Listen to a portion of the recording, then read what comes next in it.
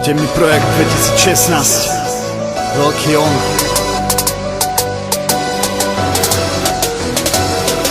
Ľudia plánujú sa zbúriť, pritom nechcú sa zobudiť. Nechcú iných rany hojiť a mysel si upokojiť a spojiť.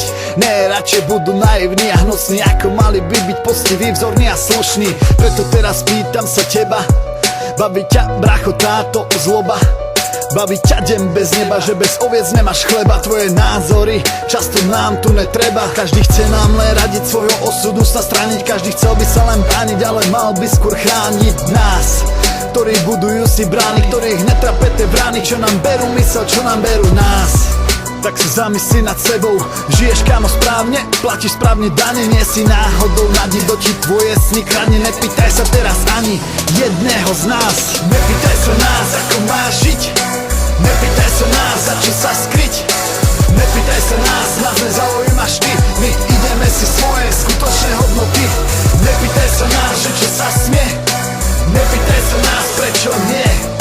Nepýtaj sa nás nezaujímaš ty. My ideme si svoje, výsledok jednoty.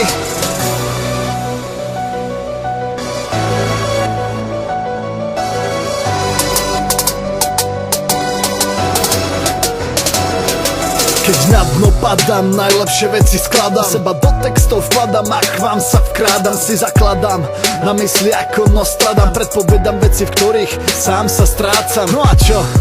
Teraz sa mi možno smeješ, ale v mojej mysli nie si. Tak to prosím nerieš a prosím ťa nerieš teraz ani mňa. Pozri sa na svoj život a či to zmysel má. Možno treba niečo zmeniť, niekoho zase vymeniť. A možno len stačí za to dobre sa odmeniť. Keď si to tak repujem, došlo mi, že sú to len reči. A kým nezačneme konať, môžu toto vraveť všetci. Tak už neriešme tú politiku, neriešme tú krízu. Pozrime sa na seba a zahoďme tú schizu. Keď ťa nebaví tá práca, tak ju skús rýchlo zmeniť. Je to vždy lepšie, ako so zlým sa zmieriť.